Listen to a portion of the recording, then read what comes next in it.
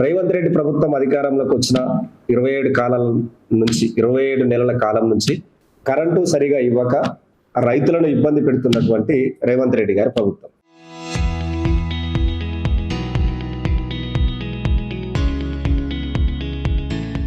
BRS party అధికారంలో ఉన్నప్పుడు గౌరవ ఆనాటి మాజీ ముఖ్యమంత్రి వర్యులు కేసీఆర్ గారు రైతుల కోసం కరెంటు లేకపోతే మిగతా రాష్ట్రాల నుంచి కొనుగోలు చేసి రైతులకు నాణ్యమైన 24 గంటల ఉచిత కరెంట్ ఇచ్చి రైతులను ఆదుకున్నటువంటి చరిత్ర నాటి కేసీఆర్ ప్రభుత్వాన్ని.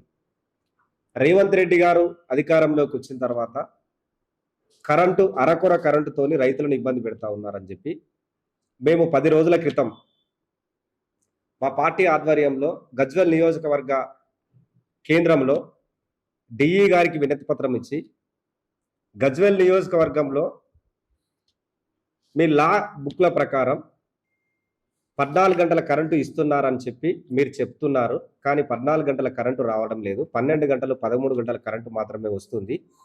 మీరు చెప్పిన 14 గంటల కరెంటు ఇవ్వాలి అని మేము అడగడం జరిగింది. మీరు చెప్పినటువంటిదే మేమేమడిగినాం, 14 గంటల కరెంటు కాదు, మీరు గత ప్రభుత్వము ఇచ్చినటువంటి 24 గంటల కరెంటు ఇవ్వకపోయినా కనీసం 18 గంటల నాణ్యమైనటువంటి కరెంటు ఇవ్వాలని చెప్పి ఈ రాష్ట్ర ప్రభుత్వాన్ని డిమాండ్ చేస్తూ డిఈ గారికి వినతి పత్రం ఇచ్చినాం. తదనంతరం మొత్తం నియోజకవర్గంలో ఉన్నటువంటి మీరు గనుక స్పందించకపోతే నియోజకవర్గంలో ఉన్నటువంటి దశల వారీగా అన్ని సబ్ స్టేషన్లను ముట్టడించి నిరసన వ్యక్తం చేసి మీరు 18 గంటల నిరంతరాయమైనటువంటి కరెంట్ ఇవ్వాలని చెప్పి ఈ రాష్ట్ర ప్రభుత్వాన్ని డిమాండ్ చేస్తామని చెప్పి వినతి పత్రం ఇచ్చిన 10 రోజుల తర్వాత కుకునూరుపల్లి మండలంలో మెదినీపూర్ సబ్ స్టేషన్లో రైతులందరితో కలిసి 18 గంటల నాణ్యమైనటువంటి కరెంటు ఇవ్వాలని డిమాండ్ చేస్తూ ధర్నా నిర్వహించడం జరిగింది. ఆ ధర్నా దేనికోసం నిర్వహించడం అంటే, ఏదైనా ప్రభుత్వం ఒక పాలసీ తీసుకున్నప్పుడు రాష్ట్ర వ్యాప్తంగా ఒకే పాలసీ ఉంటుంది, నియోజకవర్గానికి ఒక పాలసీ ఉండదు. ఈరోజు ఈ రాష్ట్ర ప్రభుత్వం అవలంబిస్తున్నటువంటి గజ్వెల్ మీద సవతి తల్లి ప్రేమ చూపిస్తూ, అంటే మిగతా నియోజకవర్గాలలో ఉన్నటువంటి రైతులను ఒకలాగా, గజ్వెల్ నియోజకవర్గంలో ఉన్నటువంటి రైతులను ఒకలాగా చూస్తూ గజ్వెల్ నియోజకవర్గ రైతుల మీద పగబట్టి కేవలం 13 గంటలు 14 గంటలే కరెంటు ఇస్తున్నారు, 18 గంటల కరెంటు ఇవ్వాలని చెప్పి మేము డిమాండ్ చేస్తూ ధర్నా చేస్తే, నిన్న మరి మాజీ శాసనసభ్యులు నర్సారెడ్డి గారికి చెప్పి నిన్న మెదినిపూర్ సబ్ స్టేషన్ వద్ద ప్రెస్ మీట్ పెట్టిర్రా, ఆయనకు తెలియకుండా ప్రెస్ మీట్ పెట్టిర్రా, నాకైతే తెలియదు. అన్న, నేను మీకు ఒకటి నరసన్న గారికి ఒక రిక్వెస్ట్ చేయదలుచుకున్నా, మీకు చెప్పి ప్రెస్ మీట్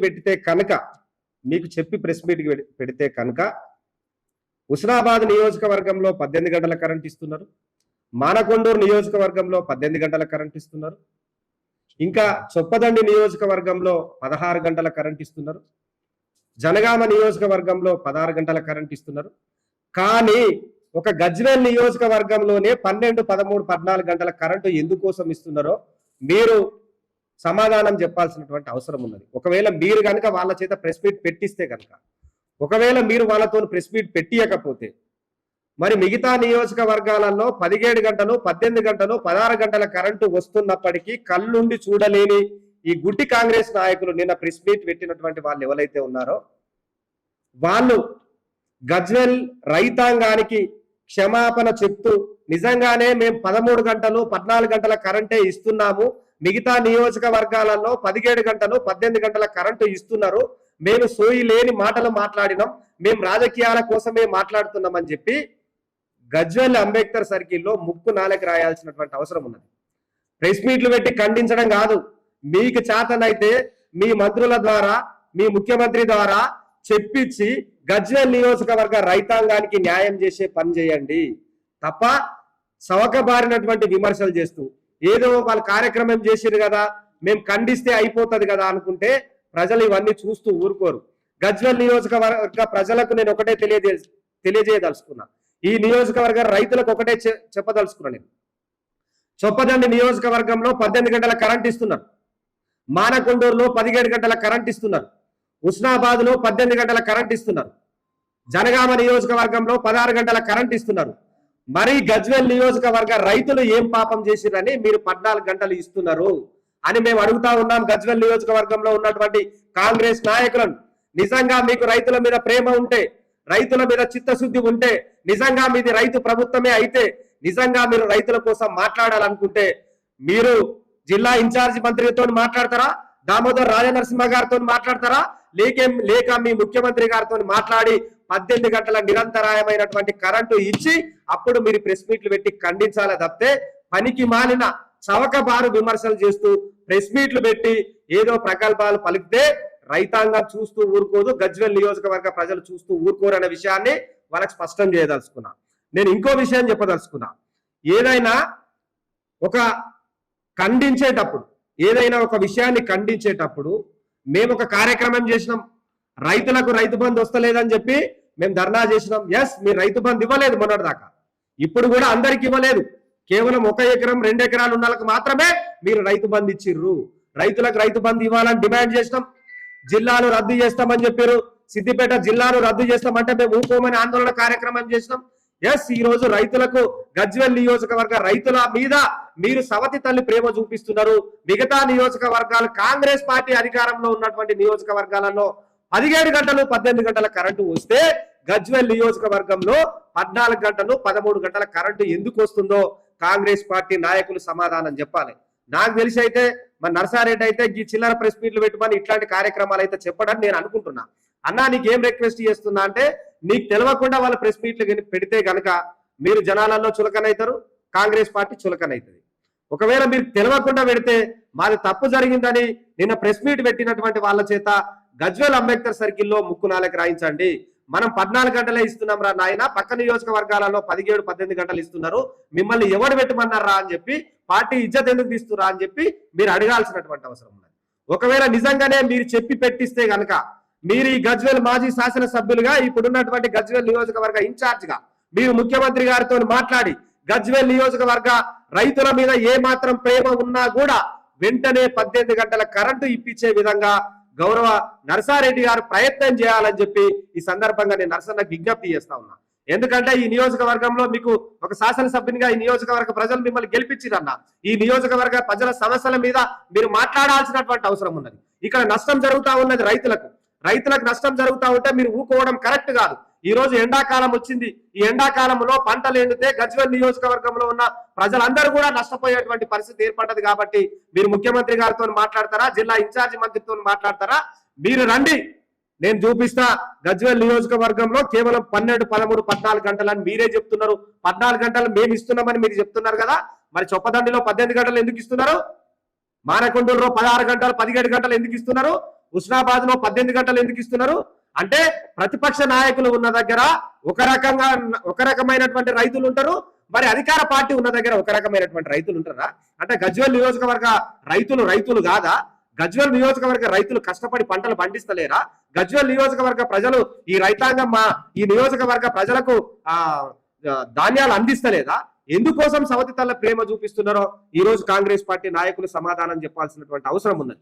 నేను ఒకటే చెప్పదలుచుకున్నా, మీరు బహిరంగ చర్చకు సిద్ధమైతే, కాంగ్రెస్ పార్టీ నాయకులకు చిత్తశుద్ధి ఉంటే మీరు బహిరంగ చర్చకు సిద్ధమైతే నేనే బస్సు పెడతా. మా నియోజకవర్గ స్థాయి నాయకులతోని, ప్రతాప్ రెడ్డితోని, యాదవరెడ్డి గారితోని, మా జిల్లా పార్టీ అధ్యక్షులు మా ప్రభాకర్ అన్నతోని, హరీష్ అన్న పర్మిషన్ తీసుకొని మేమే బస్సు పెడతాం. చలో మానకొండూరు పోదాం, హుస్నాబాద్ పోదాం, జనగాం పోదాం, చొప్పదండి పోదాం. ఆ నియోజకవర్గాలలో రైతులకు ఏ రకమైనటువంటి మరి కరెంట్ ఇస్తున్నారు, గజ్వేల్ నియోజకవర్గానికి ఏ రకమైనటువంటి కరెంట్ ఇస్తున్నారో మీరు రండి, మేము బస్సు పెడతాం, తోలుకపోతాం.